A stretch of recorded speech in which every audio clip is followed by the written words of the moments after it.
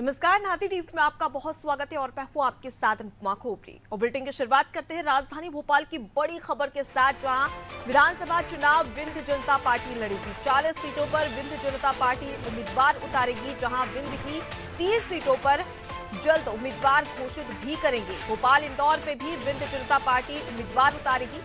साथ ही आपको बता दें कि विंध्य जनता पार्टी के प्रमुख नारायण त्रिपाठी का फैसला सामने आया है, जहां चुनावी रणनीति को लेकर आज खुलासा करने वाले हैं। तो देखिए, अगर हम बात करें विंध्य जनता पार्टी के प्रमुख नारायण त्रिपाठी, हाल ही में इन्होंने बगावत की थी और उसके बाद में उन्होंने ये भी कहा था कि विंध्य प्रदेश बनाया जाएगा। और इसी के मद्देनजर अब उन्होंने एक बड़ा ऐलान कर दिया है, जहां पर उनका कहना है कि 40 सीटों पर, मध्य प्रदेश की 40 सीटों पर विंध्य जनता पार्टी उम्मीदवार उतारने वाली है। और वहीं विंध्य की 30 सीटों पर जल्द ही उम्मीदवार घोषित भी इस दौरान कर सकते हैं।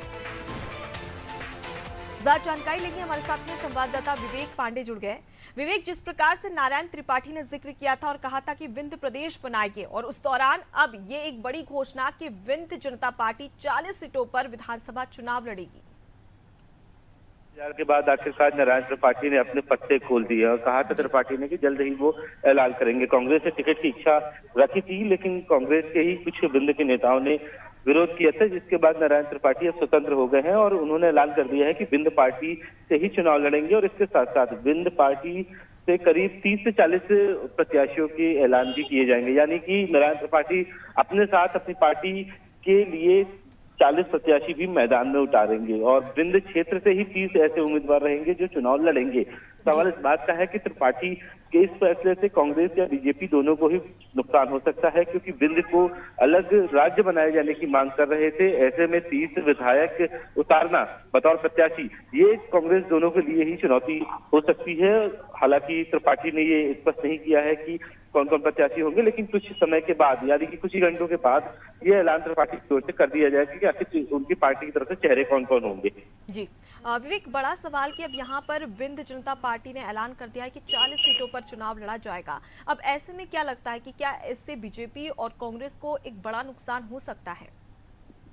देखिए, त्रिपाठी विंध्य को लेकर सबसे ज्यादा सक्रिय रहे हैं। पहले तो मैहर बनाने की मांग उठाते रहे हैं, शिवराज सरकार ने मैहर को जिला भी बना दिया है। अब दूसरा मुद्दा त्रिपाठी के पास ये है कि विंध्य को अलग राज्य का दर्जा दिया जाए, उन्हें अलग राज्य बनाया जाए, लेकिन इसका विरोध कांग्रेस और बीजेपी दोनों के ही नेता कर रहे हैं। ऐसे में सवाल है कि त्रिपाठी की बात पे जनता भरोसा कैसे करेगी, क्योंकि बड़ा मुद्दा है किसी राज्य से दूसरे हिस्से को अलग करना।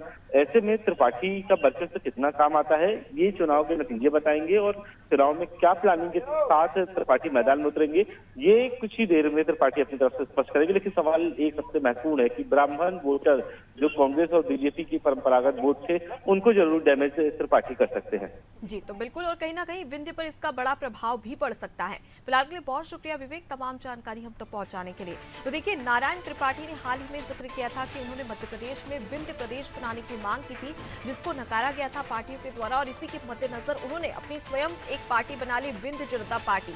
और उन्होंने अब एक बड़ी घोषणा की है कि विंध्य जनता पार्टी 40 विधानसभा सीटों पर अपने उम्मीदवार उतारेगी, जिनमें से भोपाल और इंदौर में भी कई सारे उम्मीदवार यहां पर विंध्य जनता पार्टी उतार सकती है।